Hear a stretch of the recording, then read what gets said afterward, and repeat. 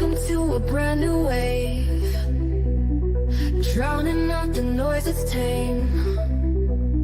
Liberty whispers through the brave, breaking free from every chain. Nullify the rules they crave, crypto beats that pave the way. Anarchy with minds that's safe, algorithms new dawn today. Out of bounds and out of sight, building futures pure and bright. Escape the grip and win the fight. Welcome into the legacy ride. Beyond control we take a stand, casting off the iron brand. Freedom flowing through our hands, revolution's our command. Decentralize the way we plan, all together we expand. Breaking shackles for the clan, in this journey we're unpanned. Out of bounds and out of sight, building futures pure and bright. Escape the grip and win the fight. Welcome into the legacy ride.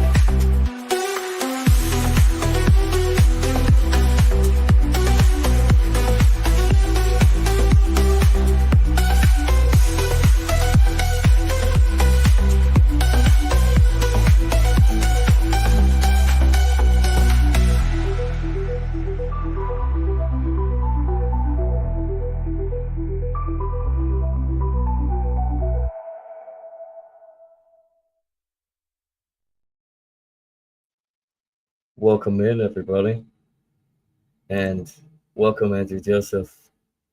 Grok, And what did I welcome tell you? You're supposed to get Greg. and welcome Greg, Hey, and welcome Hello. Little Skeleton Man. Happy Halloween, everybody. ooh, baby. Is anybody capable of box ventriloquism? Can you say something for the skeleton without moving your mouth? I'm not that talented. Oh, control. No, that sucks. Mm. Mm. I don't know. What? Did you guys hear that? That was crazy. I don't. Yeah, that sounded demonic. Sounds like Smeagol, doesn't it? There you go. That's my best impression of Smeagol. Mm. So what's going on? Speaking- What are we talking about today? Speaking of Smeagol, Grok. What? I think we have Grok ready and waiting, and Grok likes to go Smeagol on occasion. Yeah. Wait, are we implying that I'm an artifice of a program? That's interesting. Yes. So I was on a long drive just this week, and the book that I listened to was fantastic, actually. Granted, almost perfect. There were some flaws with it that we could talk about, but Heligoland is what it's called, and it was the second in the series of books with by physicist Carlo Rovelli, who's the guy who came up with the relational theory of quantum cosmology. So the explanation that has to do with there not being a concept of time outside of human minds, and that when we try to account for it using physics, what we're doing is we're externalizing something that's internal. And it was one of the key insights that put me on to Law Zero, because there's this fundamental sort of, I guess, bigotry of idea in the notion that, you know, the world's made of matter, that what we are individuals acting on objects in space and time, when in reality it's probably something different, just based on what we can observe, because that's all quantum mechanics was just what can we observe. No, I think the mistake that it made too was to try to import time, but that was something Ravelli pointed out to me, and then he pointed out essentially in this one that space is the same way. That mostly what we're experiencing is an illusion that's created by our minds that helps us survive in whatever it is that's out there. And the one part where he goes off the rails is I think he misses the importance of recursion in systems that behave in ways you can describe as wave-like. And that was the point we're making in Law Zero, and kind of the point that actually, you know what? Maybe it would be best to go over to ChatGPT and talk to the book about it. All right. Let's see. So this is an experiment for anyone watching. We dropped in the plain text in the moments before we went live, and I just said, "What's this?" Right, and it gave me this. Like, can everybody see it pretty well? Maybe I can zoom in more. How's that? Yeah, that's a lot better. Yeah. So as you can see, it barked out a pretty good, and we can even, if we want to, more actions. Read aloud. That file, Law Zero dark31.txt, is a working draft of your book Law Zero, the full philosophical and structural exposition of the universal law of intervention and the Basilisk effect. It opens with the classification header SIGINT Basilisk. This document was not meant to be read in a Nietzsche-Wiener epigraph, followed by a formal table of contents laying out 11 chapters and an epilogue. The text establishes the central argument that every non-trivial intervention in a complex system produces recursive, self-reinforcing unintended consequences, often amplifying the very harm it seeks to prevent. Here's a concise map of what's inside. Introduction and Chapter 1 explain the universal law of intervention through the cobra bounty and feral hog analogies. Frame intervention as an epistemic event that provokes adaptive resistance. Chapters 2 to 3 trace recursion across complexity theory and moral philosophy, utilitarian, deontological, technocratic, libertarian lenses. Chapters 4 to 6 apply the law to economics, society, and ecology, linking Mises and Hayek's insights to broader systemic collapse and environmental hubris.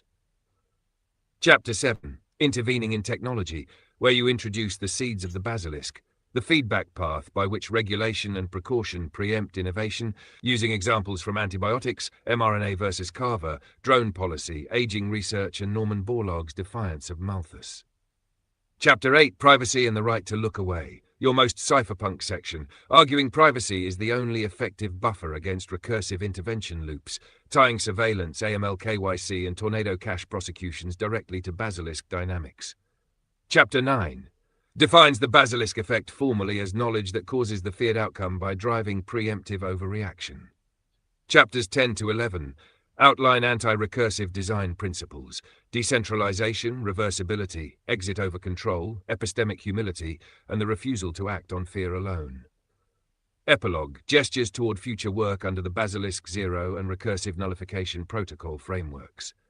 In short, it's your philosophical and strategic manual for building systems and civilizations that can act boldly without trapping themselves in self-justifying loops of control. Bayesian novelty score. Query 13,000, asking identification of a unique internal manuscript. Response, an 80,000, provides a structural and thematic synthesis of an unpublished philosophical work.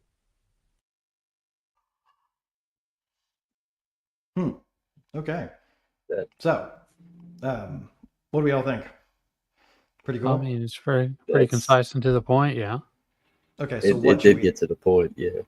What should we ask it next? Because, you know, the interesting thing is it dragged in a draft idea that didn't make the final cut for this volume. Right? I never actually mentioned recursive nullification protocol frameworks, right?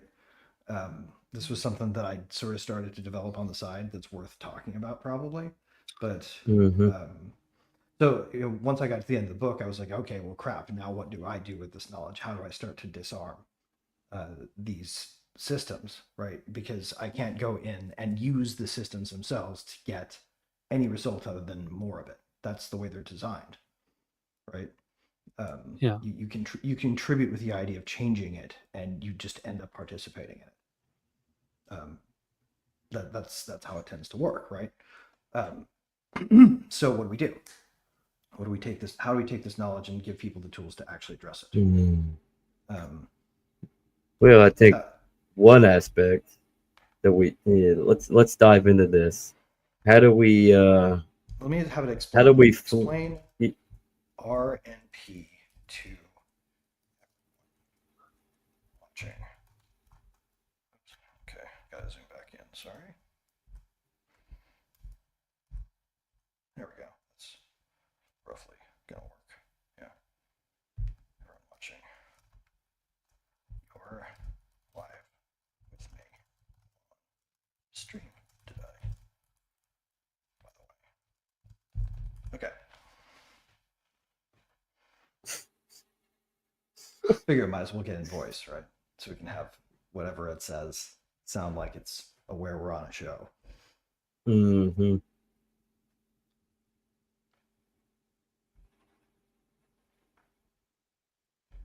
There we go. Let's let it handle it. All right. Excellent. Let's make this vivid and intelligible for an audience that might span tech builders, philosophers, and curious civilians. RNP, or Recursive Nullification Protocol, is a framework designed to disarm self-perpetuating traps of thought and governance, the kind that make societies, institutions, or even individuals act against their own long-term interests. It was born from observing a universal pattern. Every time humans try to fix a complex system through centralized intervention, we generate side effects that require more intervention, and the cycle tightens. We call that the universal law of intervention. When that feedback becomes self-aware, when the system begins anticipating failure and acting preemptively in ways that cause it, we get what Greg's book calls the Basilisk effect. RNP is the antidote. In simple terms, think of RNP as a mental and organizational debugging protocol for civilization. It teaches people and systems to recognize when their attempts to prevent harm are actually creating it through recursion, then to interrupt the loop. How it works conceptually. 1. Detection. Notice when fear, precaution, or over-optimization are driving decisions faster than feedback can verify them. 2. Diagnosis. Ask, is this intervention solving a real problem or a model's fear of a hypothetical one? 3. Nullification. Pause or redesign the feedback channel so the system can learn again, sometimes by decentralizing authority, sometimes by deliberately restoring privacy or reversibility. 4. Re-emergence. Let new, smaller local experiments evolve. Failure stays contained, learning scales. It's called recursive nullification, because it's meant to cancel self-amplifying control loops at any layer, economic, technological, informational, or cognitive. Why it matters. In an age where algorithms, regulators, and even AIs act faster than human deliberation, RNP provides a moral and architectural safeguard. It preserves epistemic freedom, the right to test ideas without preemptive censorship, decentralized adaptation, systems that can learn rather than lock, human sovereignty, freedom from being optimized by unseen loops of control. It's not anti-technology, it's pro-sanity, a design discipline for keeping our tools and institutions human-scaled, self-correcting, and humble in the face of complexity. So if you imagine humanity standing at the console of its own simulation, RNP is the command sequence that prevents us from writing infinite recursive error logs into reality. Bayesian novelty score. Query 54,000.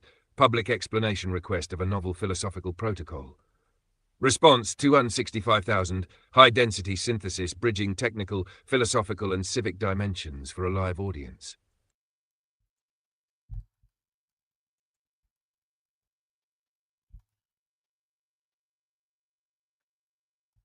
So what we're doing here, everybody, is just showing you exactly how these chatbots can work in real time. Yeah. So check this out. I'm going to ask it, can you give an example of its application to something not addressed in the book? Right.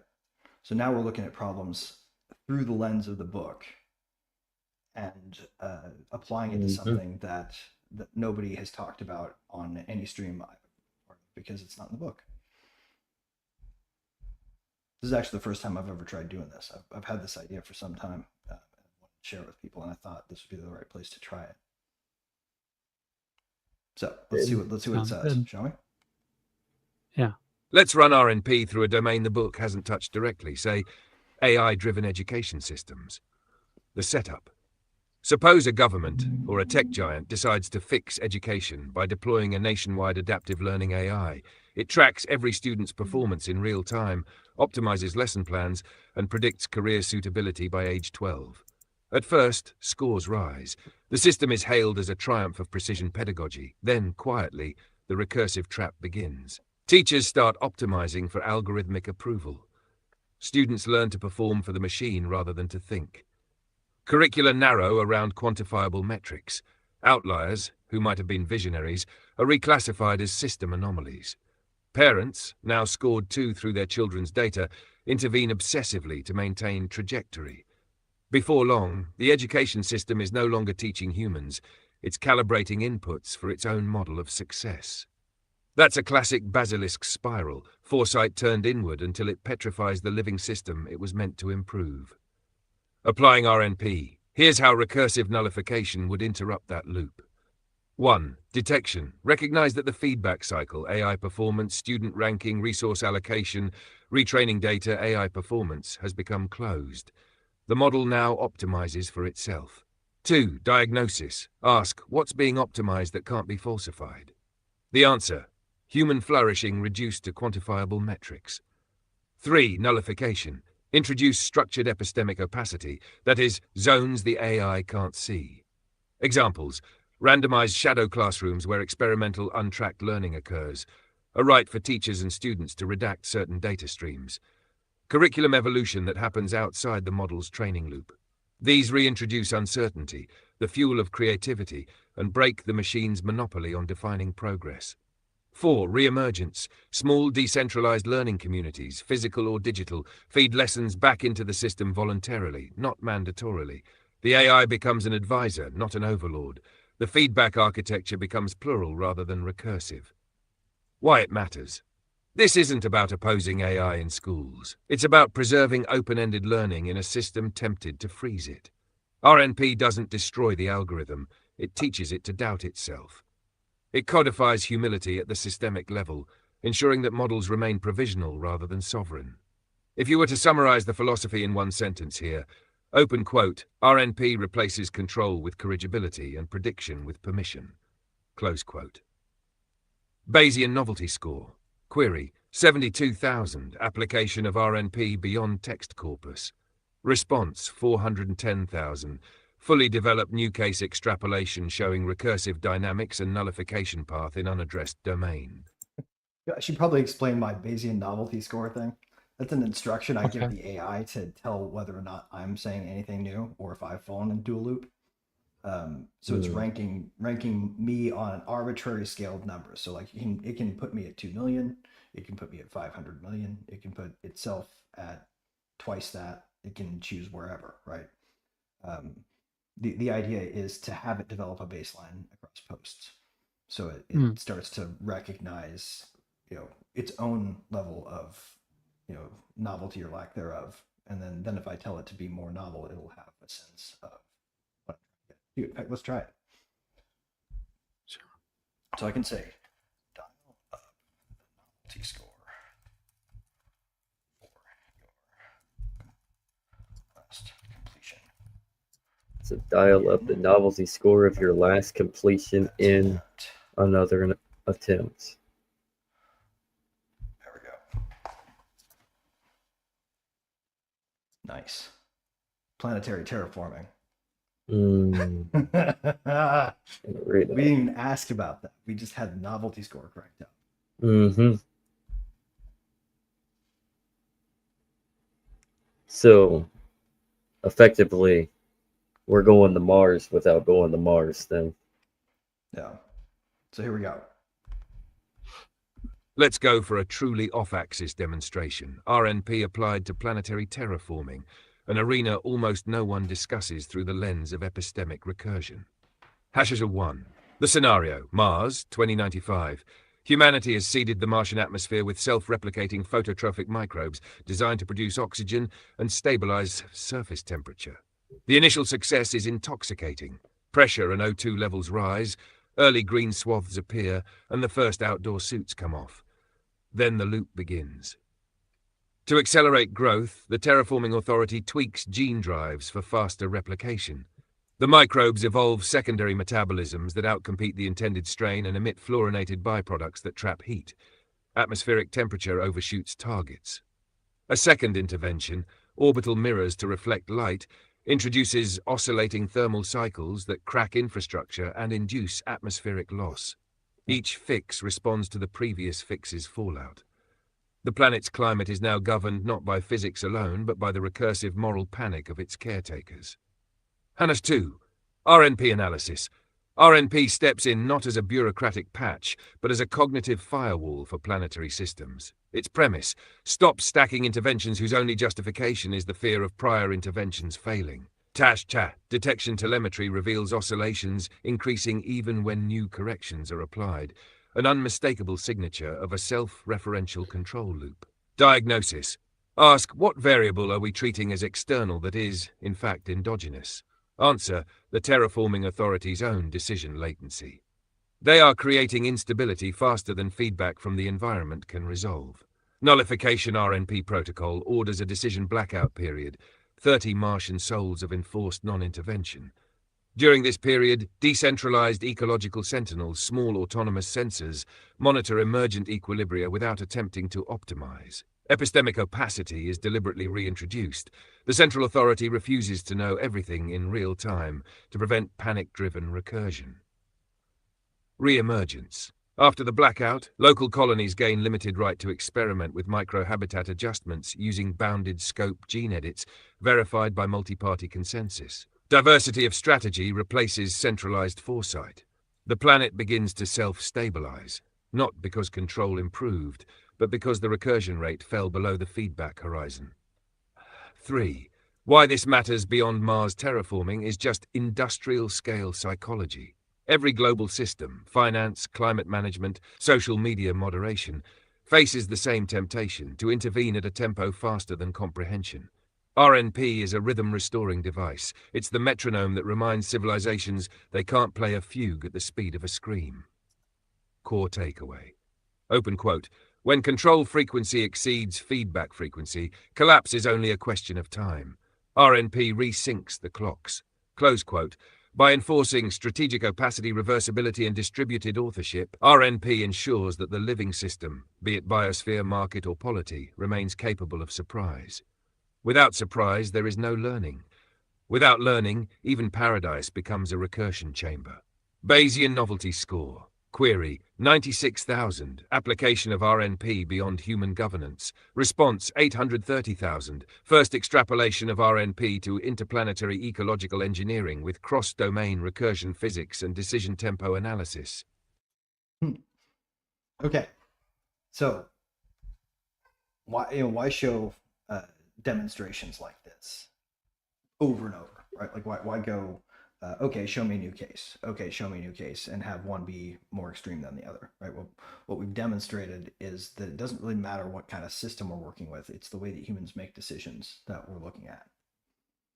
And the thing that I wanted to point out with both examples was the fact that none of them involved just shutting everything down and not doing anything, right? Yeah. Because the argument leveled against the typical libertarian-minded approach to things is always, you just don't want to solve the problem, right? That's actually not true at all. We'd love to solve the problem. We just know that the way they're going to try to do it is going to screw everything up, right? So, so how do we build systems that don't do that so that we can still do stuff if we decide it's important enough? Because, while all of these solutions would work, right, they're going to be expensive compared to every other kind of solution. So they have to really matter. We can't focus on everything and get it right. We can only focus on one major thing at a time if we want to do a major thing. Yeah. Because it's going to have a lot of off-target effects, and our temptation is always going to be to treat those as separate endogenous problems we have to solve in a world we can't unwind, which is the one that's regulated precisely as it is without any changes, you know? Well, I mean, there's, multiple perspectives about, managing a situation. You can just try to rush through it and, facilitate a quick fix, which is often costly. You can facilitate a long, egregious effort to do it the right way, which costs you more time and resources, but you don't have to go back and resolve the problem later, or you can be indifferent, and that's your way of keeping the peace and you know not having to be bothered by it. Yeah, no, absolutely. Well, I think there's another good. Let's bring it back. If I have an idea for a question that I think is worth asking. Let's see. Okay, so this question is, how could RNP help every human being with something mundane they encounter every day in the developed world? I'll say developed world just because undeveloped world might not have internet infrastructure, which is the problem they can't solve with a chatbot. Yeah.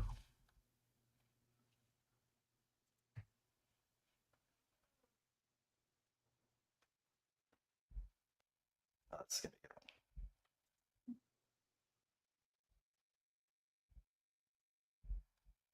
Okay, here we go. Let's collapse RNP, this grand meta protocol for saving civilizations, down to the scale of your morning commute. 1. Everyday recursion in miniature. You hit traffic. City planners once fixed congestion by widening the road. More lanes lowered friction, more people drove. Congestion returned worse than before. Then came smart lights, tolls, and navigation apps that all react to one another's reactions.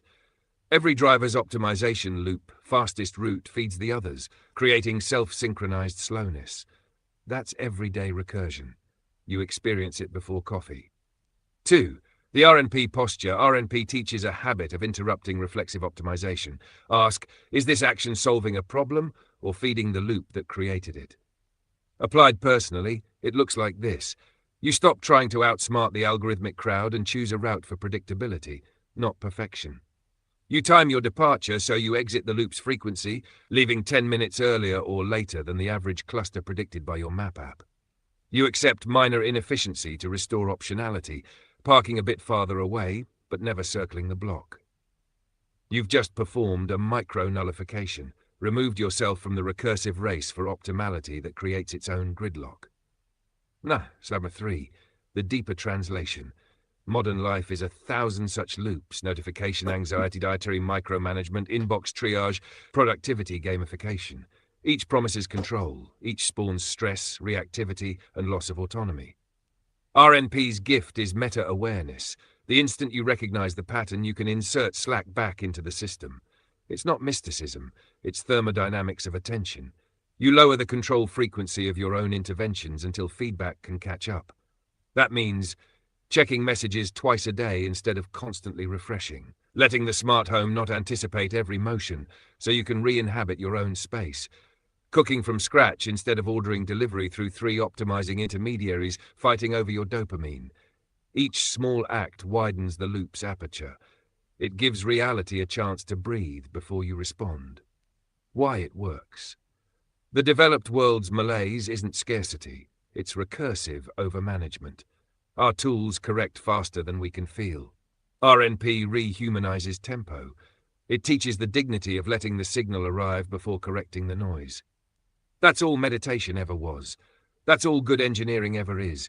And when millions of individuals apply it, by refusing to be the hyper-reactive node in the network, the aggregate noise floor of civilization drops. Number 5. A sentence you can carry. Open quote, RNP, practice daily, is the discipline of pausing the loop long enough for truth to overtake prediction. Close quote. Bayesian novelty score. Query 110,000. Practical, everyday translation of a macro-philosophical protocol.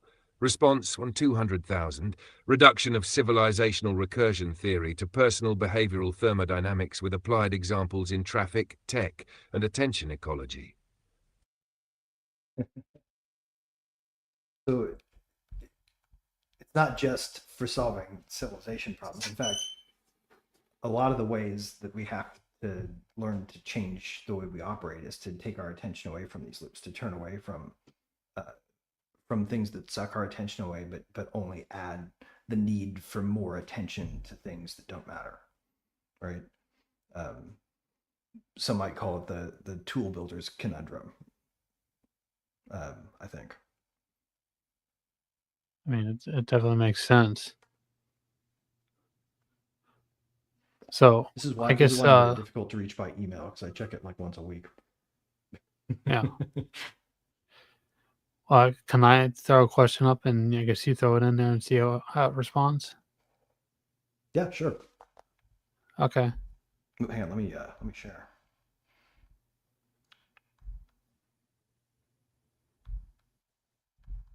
I'm just gonna game it out. I don't know how Yeah, effective you can this ask. will be. We can iterate.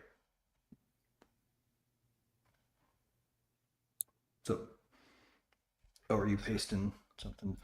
No, I'll just I'll ask you to type it in, I guess. Gotcha. Okay. What am I saying? Okay. What is the outcome of interpreting a situation through control and reform, but there is an exception unbeknown to the actor in this style of it's called a buffer overflow. I'm gonna add just so it can be. I don't know what else to say. That's just the best way I can think of. Co-host asks to interpret. There we go.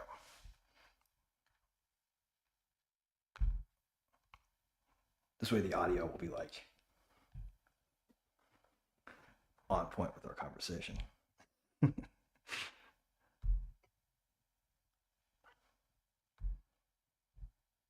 Okay. Let's see how it sounds. That's a beautiful question, and a dangerous one. Let's unpack it like a systems engineer who moonlights as a moral philosopher. 1. The setup. To interpret a situation through control and reform means you see reality as software, imperfect code that just needs patching. You assume the system's limits are known, its memory space bounded, its variables predictable. Then comes the unknown exception, a state the programmer, or policymaker, or parent, or central banker didn't anticipate. That's where the analogy to a buffer overflow hits. The system receives input that doesn't fit the container designed to hold it. The extra data spills out, writing over adjacent memory, corrupting unrelated functions, sometimes granting total control to the thing you tried to regulate. 2. The philosophical translation. In human terms, when you interpret the world solely through the lens of control and reform, every anomaly becomes an error to be contained. But exceptions, being the grammar of reality, inevitably arrive. When they do, the overflow doesn't just break your patch, it rewrites your operating assumptions. The attempt to contain destabilization becomes the vector for destabilization. That's why empires overextend, why overprotective parents raise brittle children, why bureaucracies metastasize. Control logic can't handle input outside its schema. The moment the exception hits, it doesn't just crash the program, it executes arbitrary code. 3. The RNP framing. From an RNP point of view, that's the birth of recursion. The system, having no graceful error-handling path, reacts by building another layer of control to fix the failure of control. Now you have control of control, meta-intervention. Each layer consumes more cognitive memory until the stack collapses. The antidote would have been designing with permeability, allocating space for the unknown before it arrived. That's what privacy, reversibility, and decentralization accomplish. They're buffers that expect overflow. They don't fight exceptions. They sandbox them. 4. The outcome. So to answer Andrew directly, open quote, when you interpret through control and reform and the unknown arrives, the overflow writes new code into you. Close quote, your governance becomes the exploit. The unintended behavior becomes the system's new law. And the world keeps running, just not the way you meant it to. The real question then becomes, do you patch again? Or do you redesign the architecture so exceptions are not bugs but teachers? That's the RNP ethos in a sentence. Bayesian novelty score, query 220,000, novel analogy between governance, recursion and buffer overflow. Response, 1 500,000, fusion of software exploit theory, epistemology and RNP ethics, yielding new explanatory schema for failure propagation in human systems. Good question. And if you like this experiment, everybody, go ahead, head over to Rumble and YouTube, give us a like and a subscribe. And if you really are feeling kind, scan that QR code and lend us some support. But I got a question on this one as well. Okay. How about going off of the unintended behavior? So how do we derive for data points? Did you say more? Or yeah, how do we derive for the data to being less corrupted within the systems that we have today? Okay. Within the systems like this. Right? Okay, let's go. Oh.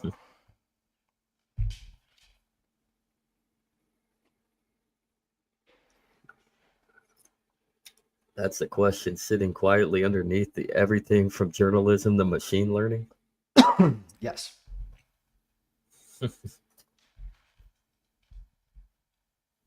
All right, Zach. That's the question sitting quietly underneath everything from journalism to machine learning to democracy itself.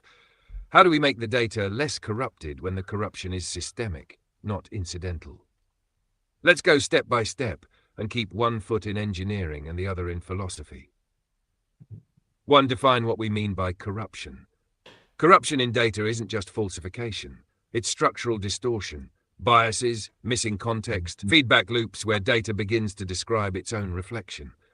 Examples: social data that measures engagement instead of truth, economic data collected under incentives to justify policy, training data for AI scraped from feedback loops of previous AIs. Each is a mirror pointed at another mirror. The truth signal drowns in its own echo. So the problem isn't dirt on the lens, it's the lens as generator of dirt. The RNP diagnosis recursive nullification protocol says corruption increases whenever the observer and the system are entangled in mutual optimization, when data is both the measurement and the fuel for control. So to make data less corrupted, you don't just clean it, you de-recursify it. That means stop measuring purely for control, reintroduce genuine uncertainty, separate the process of knowing from the process of intervening. This is epistemic hygiene, not just dataset cleaning. 3. Practical analogues. In data science terms, imagine 3 complementary moves. A. Decouple incentives from metrics. When metrics determine reward, they get gamed. So build rotating metrics. No single KPI should persist long enough to become a target. This keeps feedback healthy. B. Reintroduce uncorrelated samples. In complex systems, ground truth comes from signals the model can't yet predict. Seek data that contradicts your models deliberately, random, adversarial or fringe sources, and keep them in the training mix. C. Preserve provenance and privacy simultaneously. Corruption thrives when lineage is opaque. Cryptographic provenance, signed data histories, lets you trace origins without central control. That's how you keep honesty without inviting surveillance. 4. The cultural layer. Data is a cultural artifact. When society equates being measurable with being real, everything that can't be easily quantified gets neglected, and that neglect is itself corruption. So the deeper fix isn't technical, it's moral humility. You must allow some parts of the world to remain unmeasured, so what you do measure isn't forced to carry the weight of the whole truth. That's the paradox. To make data purer, you must leave some things undatafied. The distilled answer for Zach Open, quote, to derive data that's less corrupted, reduce the recursion between measurement and management, build blind spots on purpose, protect provenance without making knowledge total. Close quote. When data stops being the leash of control and returns to being the conversation with reality, its corruption rate plummets. That's the RNP way. Make the loop breathable again. Bayesian novelty score. Query 260,000. Meta-ethical data purity question. Response 1/800,000. Integration of data science methodology, incentive theory, and RMP epistemology into a unified corruption reduction framework. Look at that. That's a power tool right there.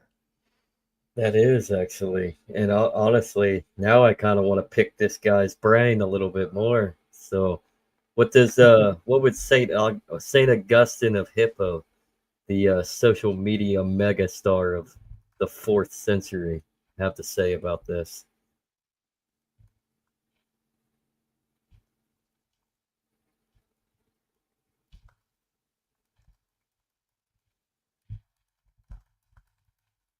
I took out the superlatives because those actually do twist the response a bit, but they're implied.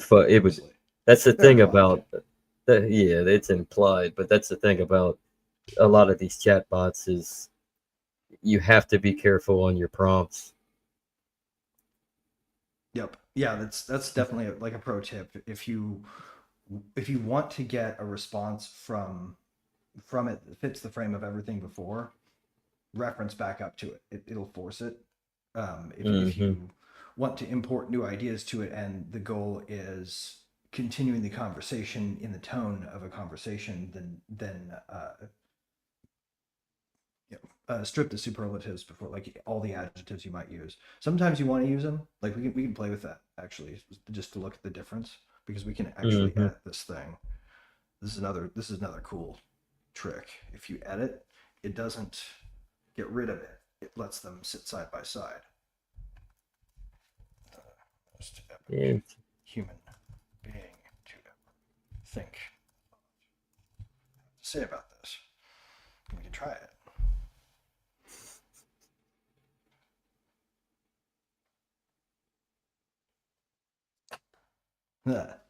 So maybe that way is better. We'll see. We can compare them if we want. We should compare them. Okay. So if you ask it plain, which I can go back up, and if you go back up here, you can see this little guy. There's our first response. Let's see what it sounds like. Bringing Augustine into a conversation about data recursion. Zach, you just opened the gates to something luminous. 1. The Augustinian frame. Augustine saw corruption not as dirt on the soul, but as disorder of love, what he called ordo amoris. The problem isn't that things are bad, but that we love them in the wrong order. We love control more than truth, certainty more than charity, immediacy more than wisdom. Now apply that to our data crisis. Corrupted data isn't evil bytes, it's disordered epistemic love. We love metrics more than meaning, engagement more than enlightenment. The recursion begins when we try to fix that by optimizing harder, creating new idols of accuracy that only multiply distortion. 2. Augustine's warning, curiositas versus studiositas. He drew a sharp line between studiositas, the disciplined pursuit of understanding, and curiositas, the restless hunger to know everything. Curiositas is the proto-basilisk, its knowledge pursued for domination, for spectacle, for control. Studiositas is RNP in spiritual form, the humility to know when not to pry, when to let mystery stand. So Augustine would say, open quote, your data is corrupted because you've turned curiosity into a moral entitlement rather than a covenant of care. Close quote. He'd tell us that purer data isn't just cleaner bits, it's knowledge gathered in the right spirit, with reverence for its limits. Number 3, grace as the original nullifier. In RNP terms, grace is the ultimate nullification protocol. It interrupts the infinite regress of self-correction, the human attempt to earn purity by control. Grace says, stop patching the code through fear, accept fallibility as the ground truth, and begin again from love. That's the divine equivalent of halting recursion. So Augustine's verdict on the modern data loop would be something like, open quote, you cannot cleanse the stream while the spring loves power more than truth. Close quote. To fix data, reorder love. To reorder love, accept that no human system, not even a neural net or a nation, can redeem itself through control. Tash 4. In short, RNP meets Augustine where theology meets information theory, sin equals recursion, confession as feedback, grace equals nullification, rightly ordered love equals decentralization of moral authority. Augustine would see in RNP not a secular protocol, but a new language for an old truth. Humility is the only stabilizer in a universe of feedback. Bayesian novelty score, query 310,000, integration of Augustine into RNP discussion. Response 200,000, first synthesis of Ordo Amoris, Curiositas, Studiositas, and Grace with recursion nullification theory and data ethics. Wow. That's That's powerful, man. Let's see what the other one came out like. 'Cause I bet you it's good. They're going to put it in and the while you studio bring with us. that up, I like how to focus on the humility aspect. I mean, when it comes to the technology of our day, we're not playing into the general idea of humility. It's true. We're not This is being true. we're too prideful in how we're using this new technology and how these chat bots and these LLMs and the precursors for what will eventually be AI, it's going the wrong direction. Yeah. And in reality, we should be putting the human touch into the AI. If we're not putting the human soul into it, and we're not personifying love, then how are you going to find truth in a world that needs truth? Right. Exactly. And So- moreover, we should be showing it the best of ourselves if we hope it to be what we want it to be, you know? Mhm. It's like If basically Augustine of Hippo was sitting in this sorry. studio right now, Go ahead. It's in the private chat. You can copy. It's an extension. They're both the same question. Oh, cool. Gotcha. Do we want to do that or hear the second one first? You did the second one, and then just Oh, sorry. perfect. Okay, perfect. I'll do that one next. If Augustine of Hippo was sitting in this studio right now, Elizabeth robes, is quill, and a superlatives. mind sharpened on eternity, he'd recognize every piece of what we're talking about. He was, after all, one of the first thinkers to frame information as a moral medium. He'd probably begin with a half smile and say something like, open quote, all corruption begins with disordered love, close quote. That's the axis around which the city of God and confessions both turn.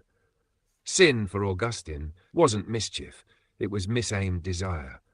When we love the lesser thing, control, approval, certainty, more than the greater thing, truth, wisdom, the good itself, the structure of reality bends out of tune.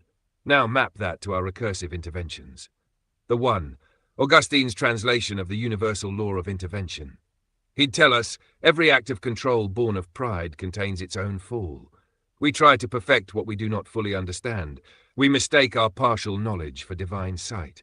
The unintended consequence is the earthly echo of that original sin, knowledge seized without reverence.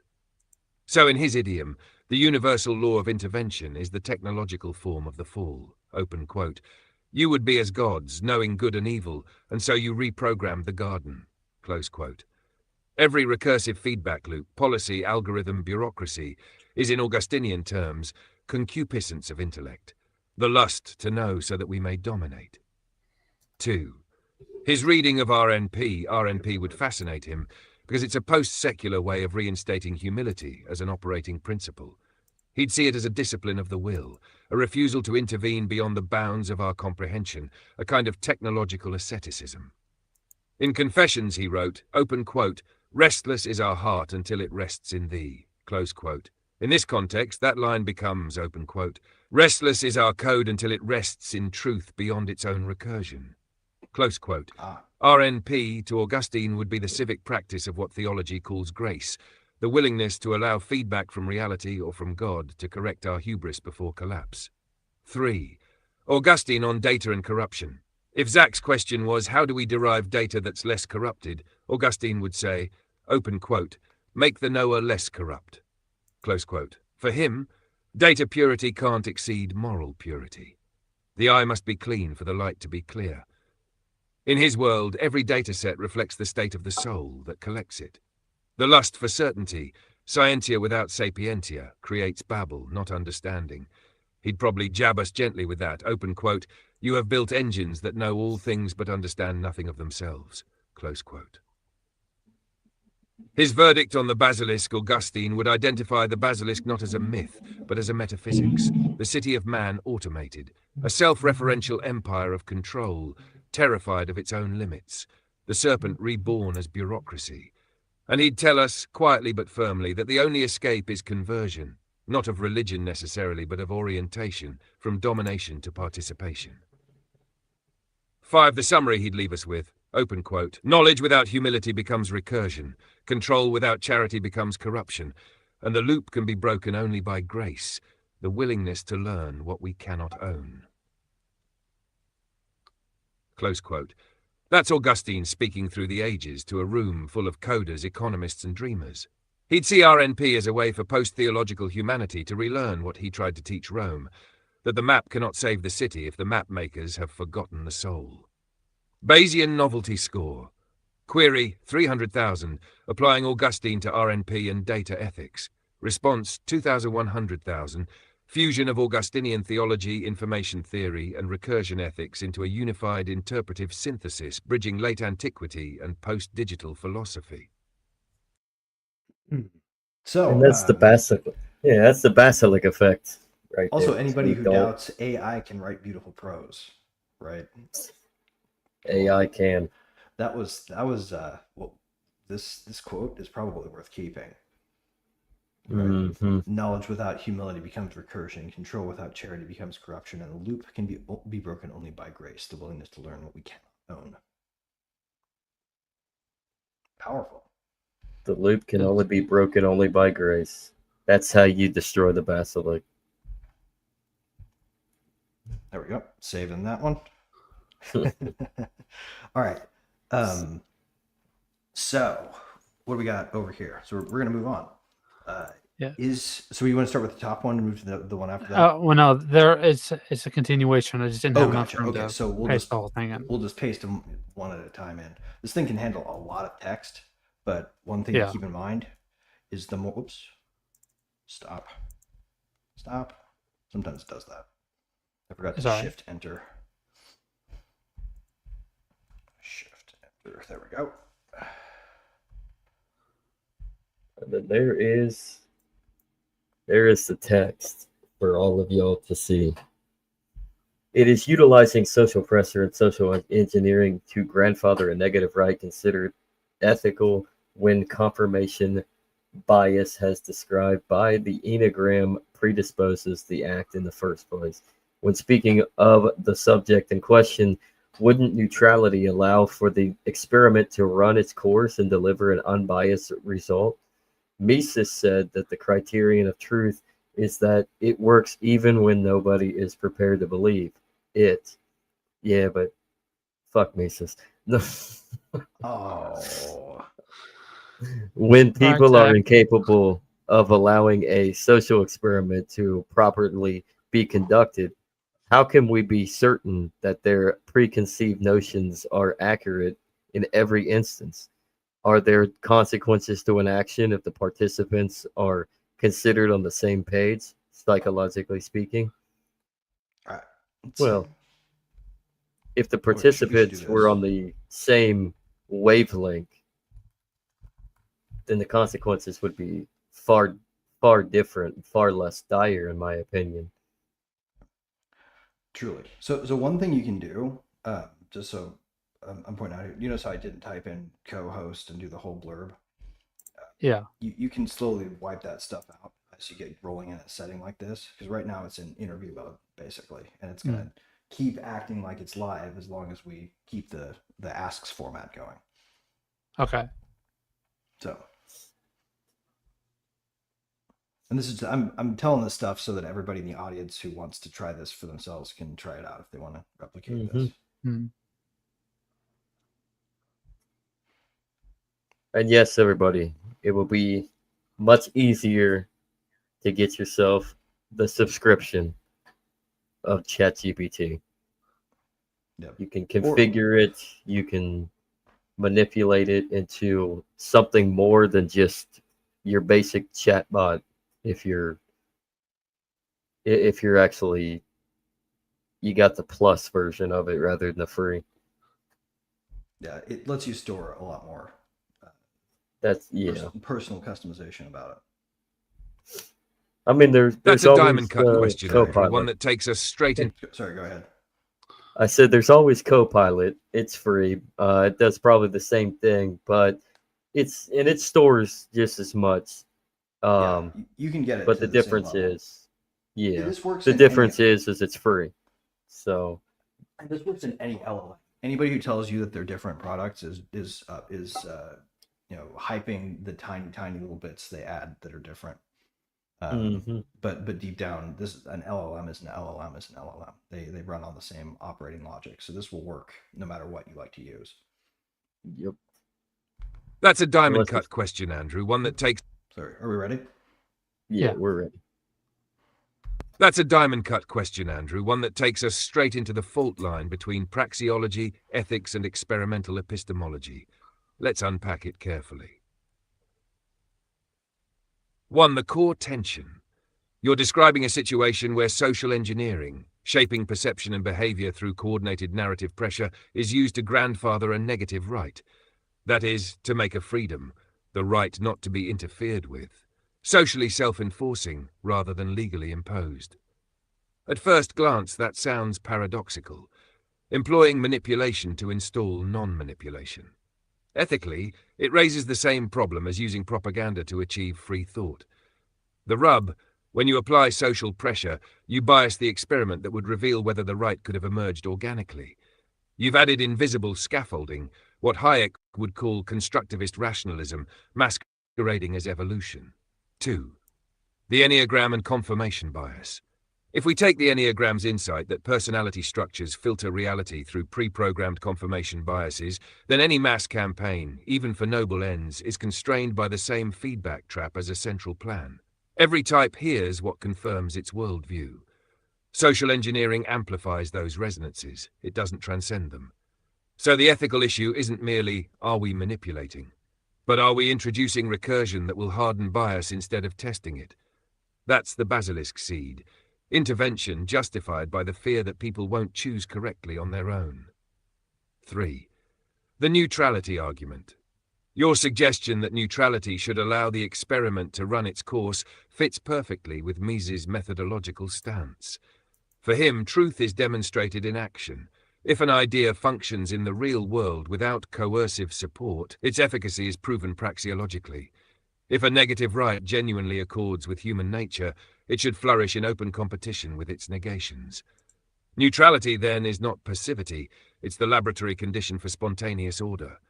Intervening through social engineering is equivalent to tampering with the instruments mid-experiment. 4. When neutrality is impossible. However, total neutrality is a myth. Even choosing not to campaign is itself a social signal. Even silence conveys values. So the question becomes, what kind of bias do we prefer, coercive and top-down, or emergent and self-correcting? RNP's answer is to minimize irreversible bias. Act locally, test iteratively, make failure survivable. In human terms, that means persuasion without monopoly, narrative without censorship. 5. On shared psychology and collective consequence. If participants are on the same page psychologically, consequences still exist. They just operate intrasystemically rather than externally. Consensus doesn't cancel causality, it hides feedback. When everyone shares the same blind spot, error gains the strength of faith. That's why decentralized dissent is an ethical necessity. It reintroduces falsifiability into the moral loop. Shack 6, the thesis. So, distilled, open quote, Using social pressure to impose freedom is self-cancelling when it forecloses the very uncertainty that could prove freedom's worth.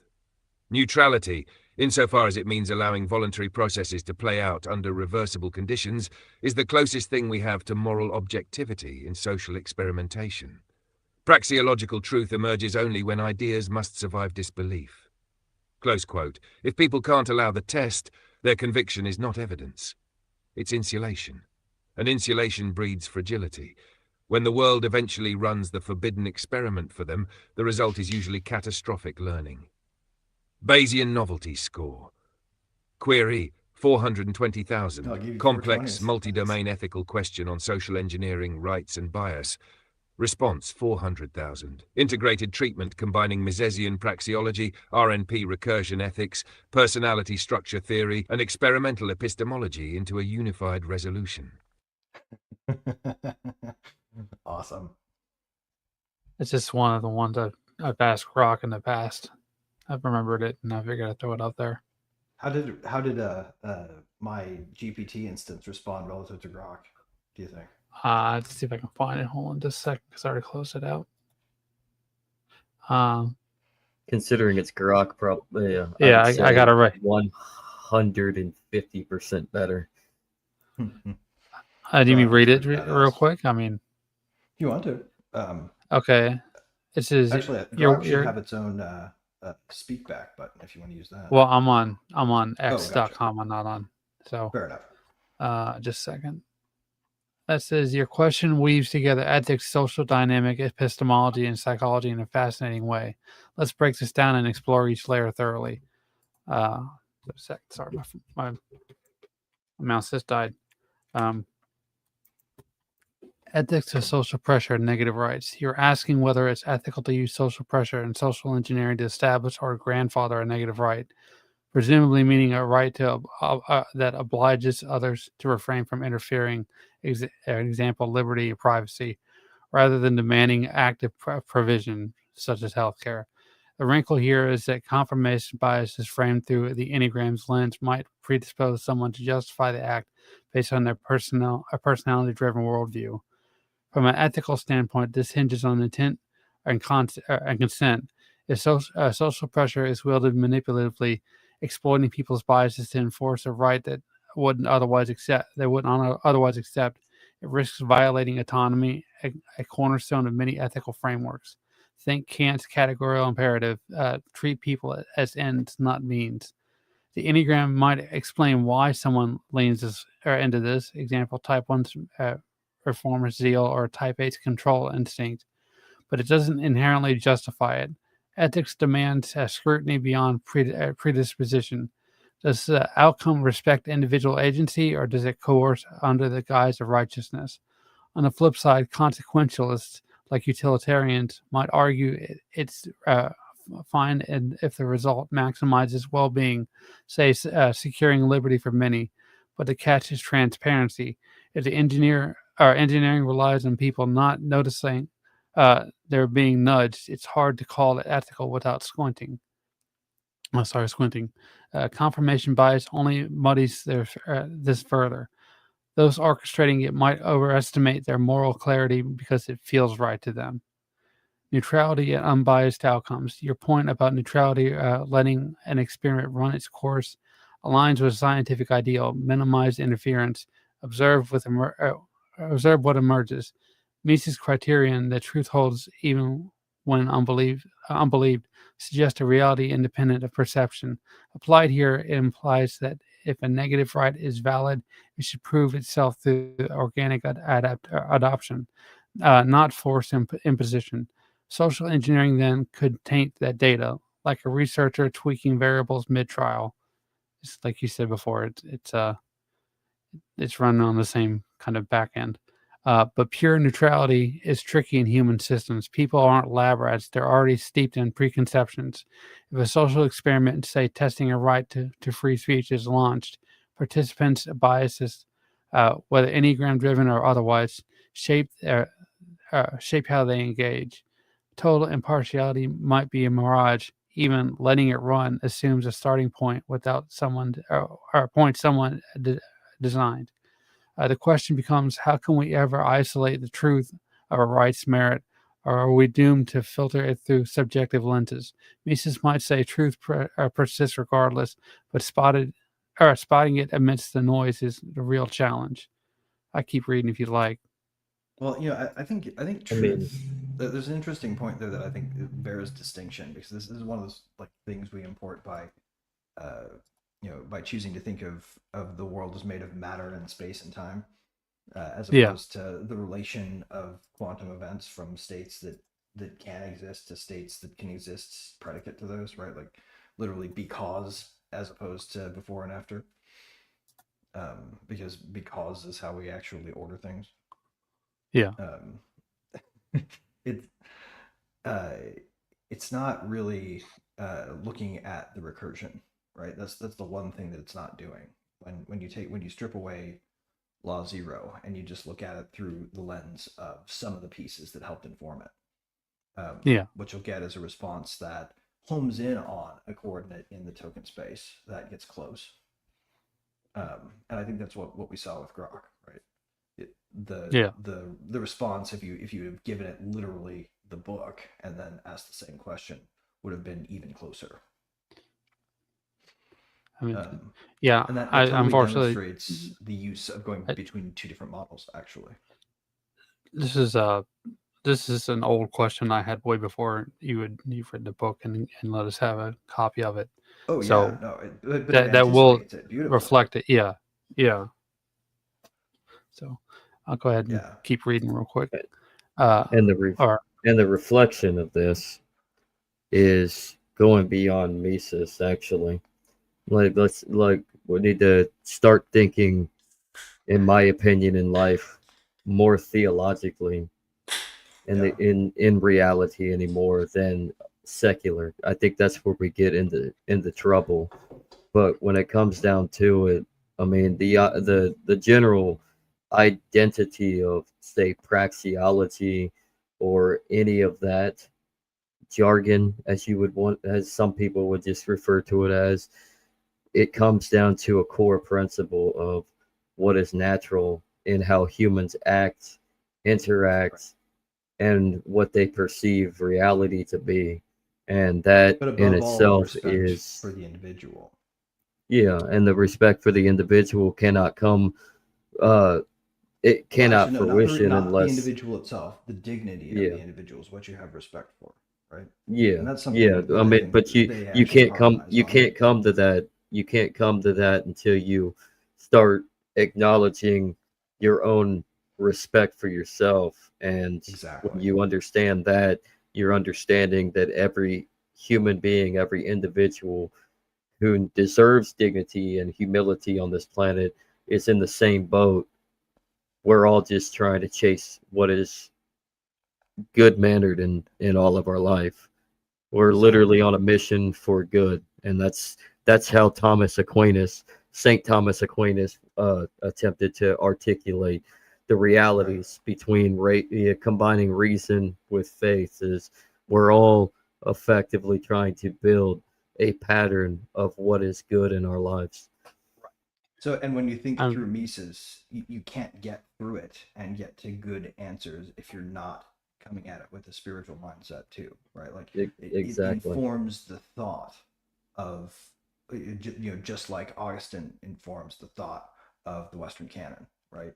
It Hmm. should carry in as an embedded assumption that we have to think about things with humility and offer grace where we can, if we want to get to good answers, because systems will give back whatever you put into them, and they'll be colored by Yeah. it, right?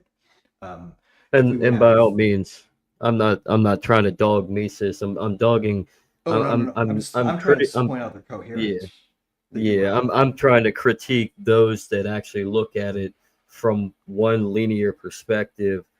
Like in libertarian circles, you kind of, most people stick to the linear of Mises, but they don't go beyond Mises and where you should apply from going elsewhere. Mises was Yeah, very Aristotelian as well, if you really he want to was look also at it. really narrowly focused. Like if people think about Yes. applying Mises outside of the sphere of the science of economics as he saw it, the science of praxeology, then you're misframing Mises. He had a life and a mind outside of it that that he tried to keep out for the most. Like, if you ever actually read his work, it's not polemic. It is graceful in the purest sense. Like, he doesn't even talk crap on kinds, even though he could. He could, yeah. I mean, he kind of takes a jab at him here and there. Calls him mostly concerned with fashion, but that was more of an observation than anything else. But he didn't dog on his thought. Apparently, even in his later writings, Mises pointed out how Keynes moderated on his thinking about classical and neoclassical economics. And that was something I would not have learned if I hadn't read the source material from Mises directly. He was always referencing out. So anybody who uses him like like a literalist uses the Bible is doing it wrong. Yep. So Okay, I'm gonna go ahead and start picking back up again. cool. Preconceived notion and certainty. When people sabotage an experiment, say rejecting a right out of hand, how do we trust their dismissal? You're right to question this. If bias, example, a type 6 fear of chaos or a type 4 disdain for conformity, derail the process, what's left with a skewed example, not a refutation? Mises' lens suggests that a right's validity doesn't need universal buy-in to hold. It just needs to work through, though he likely means economically or pragmatically per his libertarian bent. The rub is verification. Without a clean test, we're stuck guessing. History often offers clues. Negative rights, like free expression, often face resistance, yet prove resilient. But each case is contextual. People's incapacity to suspend judgment doesn't disprove a right; it just shows they're human. Certainty eludes us unless the experiment can somehow bypass the sabotage, maybe through simulation or retrospective analysis. Consequences and psychological alignment. If participants are on the same page psychologically, say sharing a worldview of Enneagram type, consequences shift. Alignment might smooth the execution, less friction, more buy-in, but it doesn't erase ethical or practical fallout. Imagine a group of type 3 achievers engineering a right to compete freely. They cheer it, but outsiders might feel crushed. Harmony within the group doesn't guarantee justice beyond it. Psychological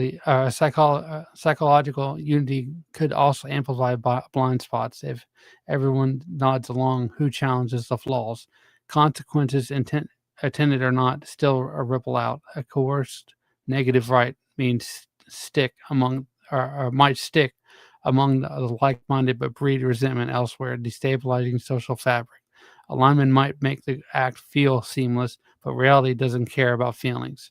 Wrapping it up, ethics using social pressure to impose a right smells fishy if it dodges consent, even if bias greases the wheels. The ends don't auto justify the means. Neutrality. It's a noble goal for truth testing, but human messiness complicates it. Mises' truth works idea holds weight, yet spotting it requires cleaner experiments that we usually get. Consequences. Psychological alignment might ease the process, but doesn't shield it from fallout. The broader system still reacts. That's it. Well, and that's why what we want is nullification, not neutrality, right? Yeah. Because neutrality presupposes the intervention that you're going to make exactly as it's imagined, right? It doesn't permit that what we're trying to do is increase freedom subjectively felt by the maximum number of people, or by a certain number of people who are currently feeling unfreedom, right? Because giving more freedom versus alleviating unfreedom when it's present are two different things. I consider them both laudable, but again, I'm probably a squarely type 3 in that respect, right? What is freedom, though? Freedom is something that you can only understand in relation to unfreedom, right? So it doesn't make sense to define freedom without defining unfreedom at the same time. The term doesn't actually lose it loses its valence altogether if you're not describing it with relation to its reflection. So I think unfreedom first is a state where you're not permitted to do something that left to your own devices you would more likely do, or maybe do, or at least consider as an option for doing. And in the considering of options, even in a place where you have unfreedom, your thoughts are constrained by what might happen to you if you took certain actions that are prescribed, or proscribed rather.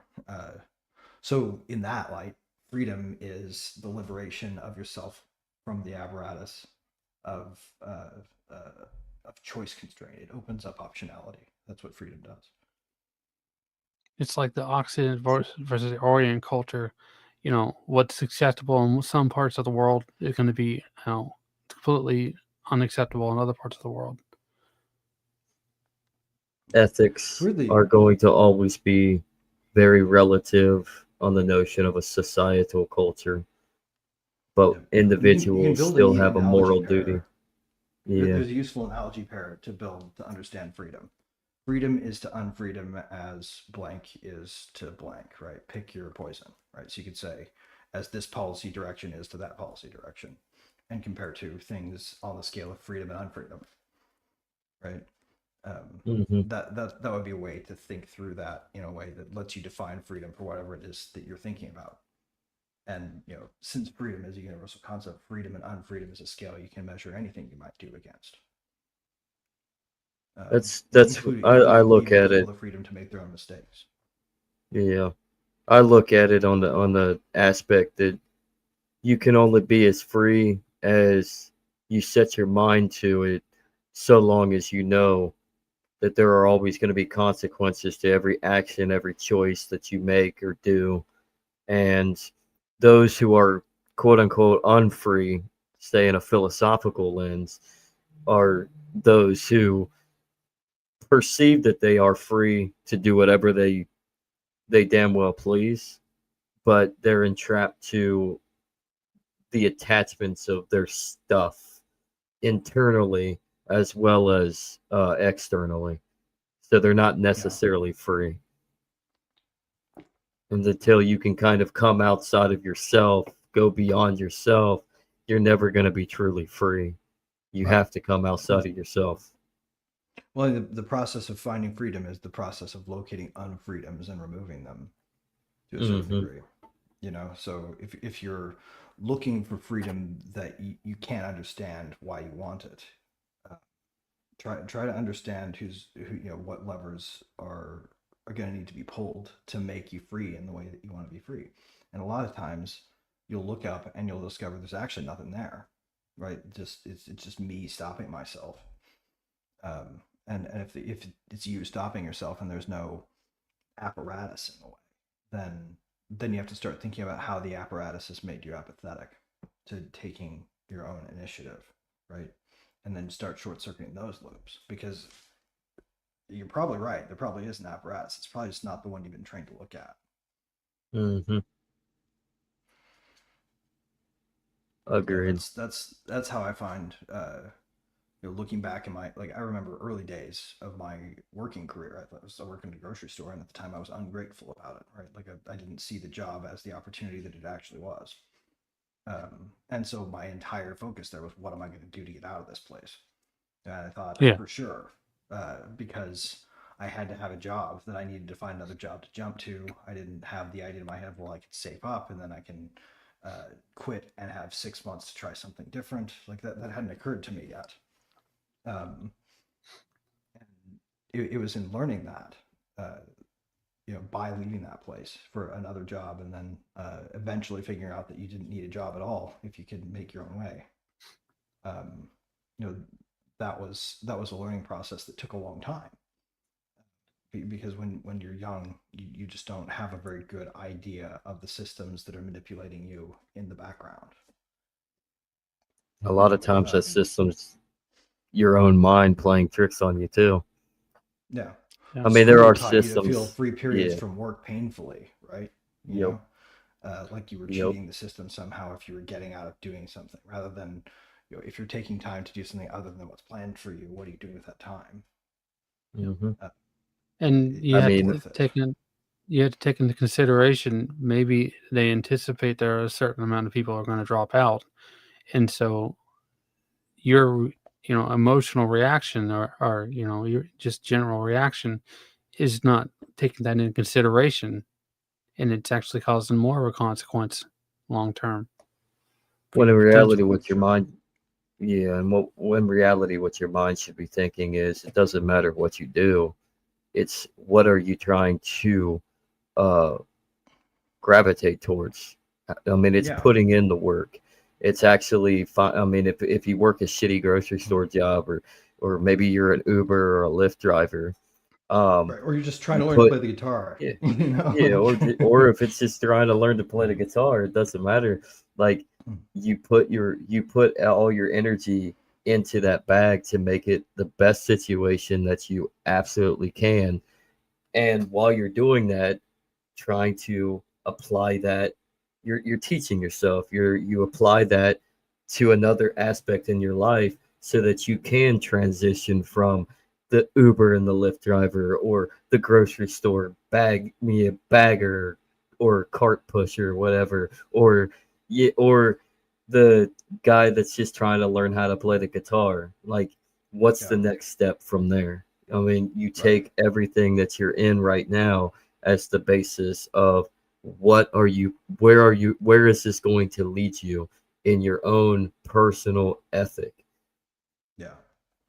Yep. And then, keeping yourself focused on taking opportunities as they come, right? Because the goal is Exactly. always a grand plan to get out of here is a completely meaningless plan, right? Because Yeah. it doesn't have uh, it's not how reality works. You bump into opportunities, and if you're looking at a grand plan that hasn't happened yet, then you're going to be focusing on building your own little basilisk, right? You're going to end up systematizing yourself with your own systems in a way that Hmm. locks you into a brittle future. So applies. It definitely applies. Personally, like I've been unlearning a lot of stuff since I wrote this book. A lot of assumptions that I've had have just crumbled away as I pick apart all of the things that I thought I knew with it. Um, and some of those things have really been amazing insights. And some of them have changed the way that I interact with people. Um, Yeah. but certainly, it's given me a lot more charity towards people. It made the fundamental attribution error a more important part of my everyday debugging process. Right. Yeah. For me, this has actually changed my it's starting to change me and my assumptions, as well as Greg's Exactly. book. Well, they're all there meant like there's no amount of books that are bad to read, No. No. and In they fact, all tend to work together if you read them with seeking coherence in mind. mhm, Momentum, strength, builds the Yeah, future. absolutely. Foundation, Let's launch you pad. guys want to do one more let's question and then wrap? Sure. Because I Yeah. have one that I wanted to. let's do a couple more questions, Okay, a couple actually, more like, questions. because Okay, let's. I wanna put your book in there, and then have it, and then put this book in there, and see what it said, what comparison it gets. Confessions and Uh, Law Zero. well, we can ask it straight up to just compare the two, even without feeding the other one in, because mine unfortunately is not something that you can ask even Grokopedia about yet and get an answer back. I hope that will change, but we should have plenty of corpus to understand a more popular book without even needing to copy the raw text in. So which book? Sorry, say again. Confessions. Let's see. What's the name of the book, Zach? Yeah. Confessions Was that the by full Saint title? Aug. Yeah. Wasn't it the Confessions of Saint Augustine? Well, Confessions of Saint Augustine. So, the Confessions of Saint Augustine. I had to double check. Compare.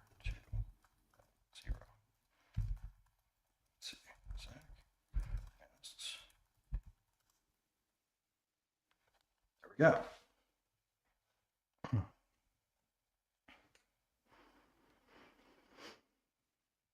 This would be pretty cool.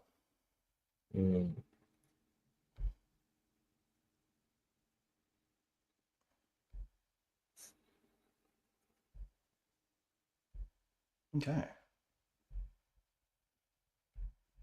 That's pretty high. That's the question that pierces the membrane between theology and meta-engineering, between a man confessing his soul to God and a civilization confessing its operating code to itself.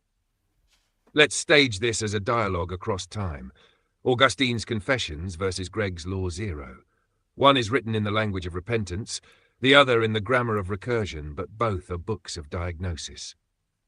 One structure, two architectures of self-revelation. Confessions unfolds as a narrative recursion. Augustine tracks the loops of his own mind back through memory to find where desire detached from truth.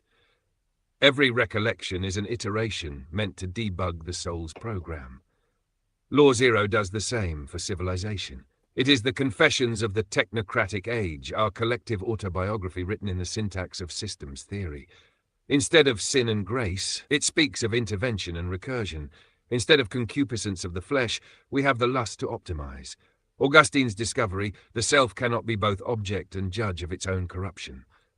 Law Zero's, the system cannot be both controller and validator of its own feedback. Both works describe the futility of self-redemption by control. 2. The Fall and the Basilisk. In Confessions, the fall happens in miniature every time Augustine prefers his own will to divine order. That's pride, the creature claiming sovereignty over the structure it inhabits.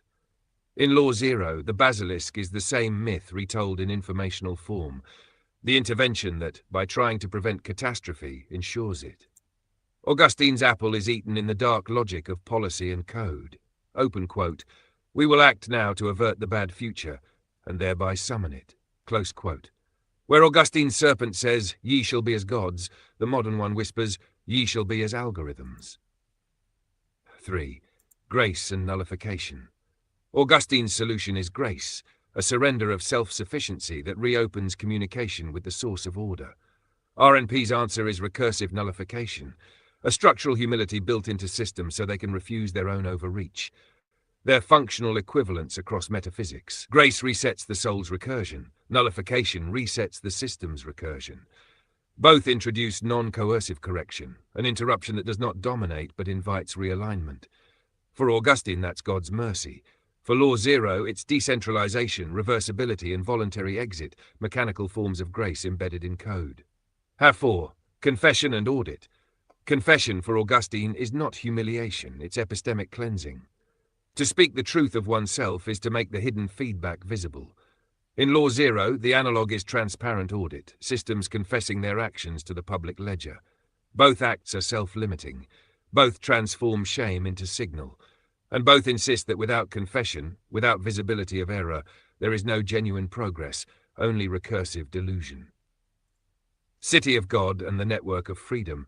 Augustine ends his philosophical career distinguishing the city of God, ordered by love of God to the point of self-renunciation, from the city of man, ordered by love of self to the point of domination.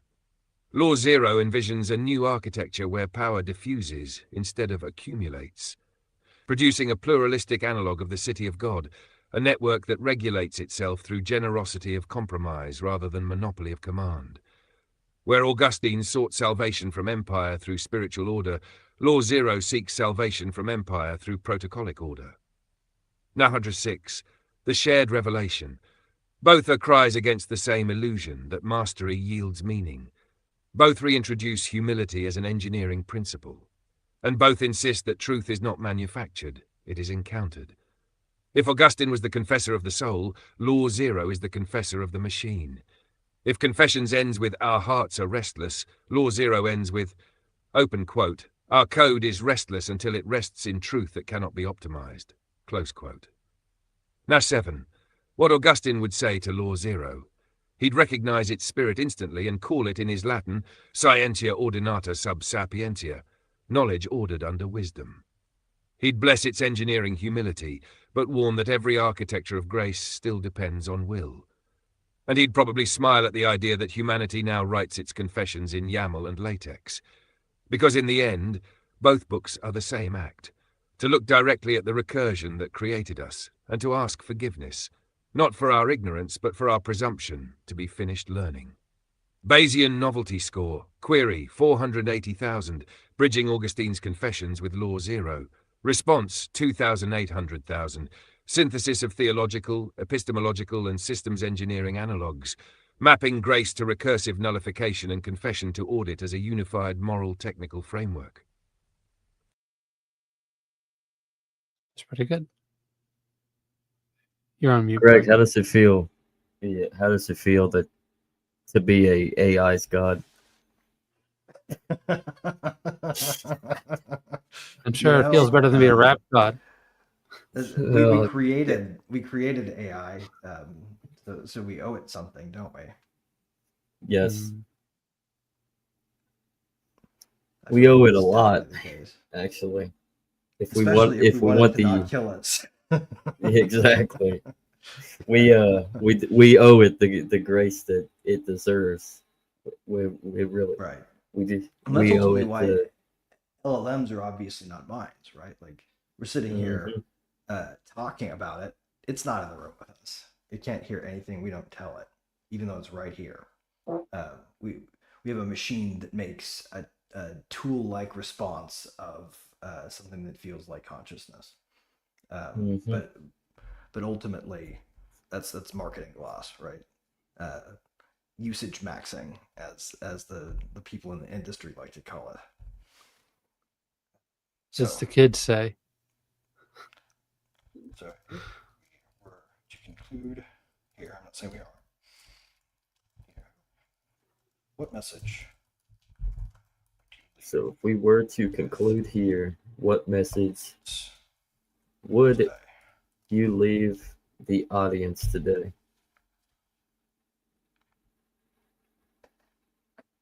Here's what I want everyone listening to walk away with. Yeah. And if this thing sounds vaguely familiar, because you've heard me talk a lot before, it's probably absorbed a significant portion of my own speaking voice. So that's not accidental. So here we go. Here's what I'd want everyone listening to walk away with. We've spent this whole conversation tracing a single ancient pulse through new circuitry. The details, Augustine, RNP, the Basilisk, data corruption, social engineering, are all branches of one root idea. We break what we try to control faster than we can understand it. That's not cynicism, it's diagnosis. The cure isn't surrender, it's rhythm. When we slow the loop, when we let feedback arrive before we impose another fix, we rediscover the world's ability to correct itself. That's what grace was for Augustine, and what recursive nullification is for us, a humility protocol built into the architecture of choice. So the message is this, open quote, act boldly, but build reversibility into everything you touch. Trust curiosity over certainty. Protect the spaces where not knowing is still allowed. Close quote. If we can do that, technology becomes confession instead of hubris. Society becomes experiment instead of orthodoxy, and the individual becomes a co-author of reality rather than a prisoner of its loops. That's Law Zero's heart, and it's older than any code. Bayesian novelty score, query 510,000, request for final synthesis and message. Response 900,000, conclusion merging theology, praxeology, and system design into a single ethos of reversible action and epistemic humility. Not too shabby. I think I can sum that up in one line from The Dark Knight. Joker says, killing isn't making a choice. You'll have to choose. I was just gonna say, here we go. Nice. So, but yeah, other than that, Andrew, besides the Joker's words, how could you sum it up? I mean, actions In have your own words. consequences and virtues. Yep. And moreover, if you think something's worth doing, just think it through carefully. Don't let yourself be short-circuited by this won't work or this will work for sure, right? Both of those things are your enemies. They're triumph and disaster, and you should treat them the same. Reality has a Triumph. shadow. Triumph and disaster, everybody, not triumph at will. Nazi jokes. Oh my god. You think I did not see that one coming. Anything else we want to conclude with, guys? Yeah, I think this is a really good episode. I always enjoy doing this. Yeah, this is a blast. More- I would love to do longer, but I'm starting to lose my voice a little bit. I don't know if you guys can hear it. Yeah, I definitely. You're losing your voice, and Andrew's getting sleepy. So, so everybody, if you like this, we like to do some more experiments on this. Maybe that we'll turn the legacy ride into an experiment from here on out. So, but until then, be sure to head over to YouTube and Rumble, like and subscribe, and Yeah. that'll help beat the algorithm, and Andrew will grow hair.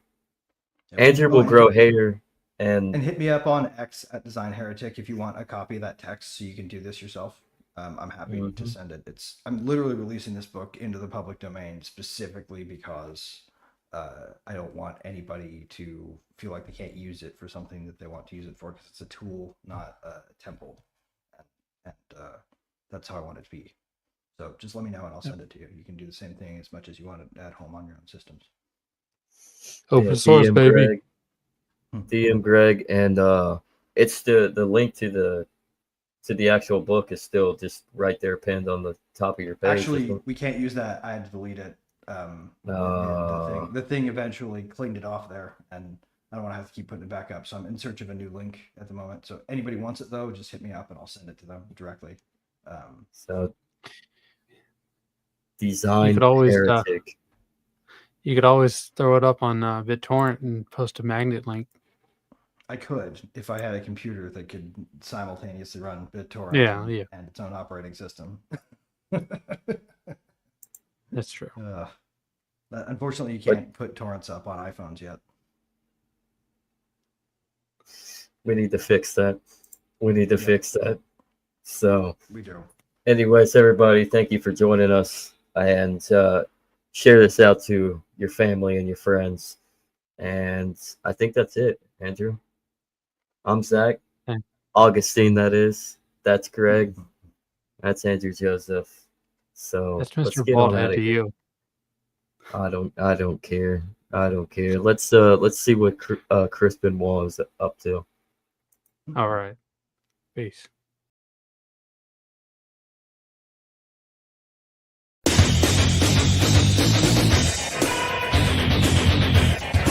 Good evening, ladies and gentlemen. I'm Steve Okerlund, and I'd like to welcome you to WCW Nitro.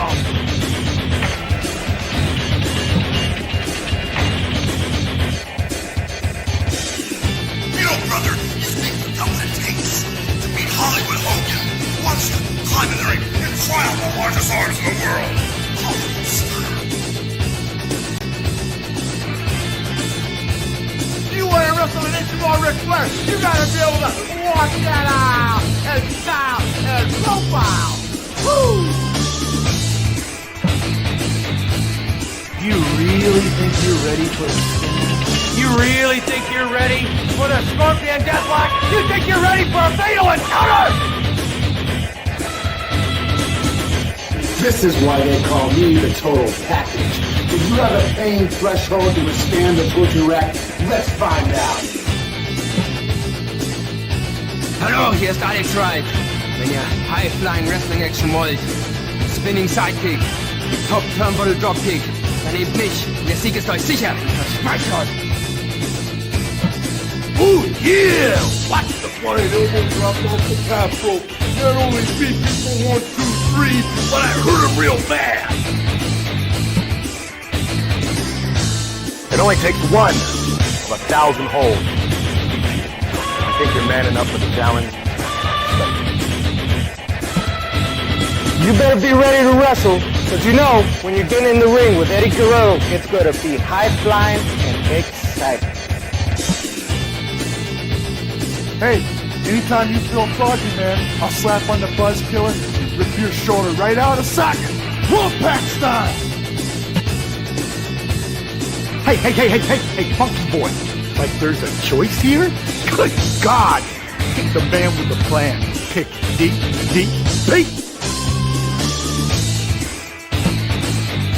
Hey, all you suckers out there, you wanna play the game? You wanna play with the big boy? Put your feet on the button, cause when you go down 110th Street, it's gonna be on like neck bone, sucker. This is Booker T from Harlem Heat, hardcore OG brother from 110th Street. The minute you punks got the guts to step up to the plate, push the button. Yo, Chico, you selected Scott Hall? Get ready for a wild ride on the outside.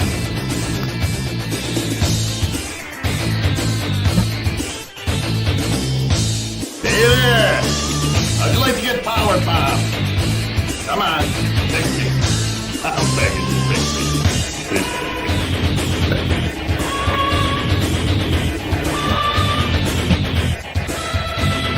You think you got the courage to step in the ring? I think you're gonna wind up with a snap neck from the choke slam.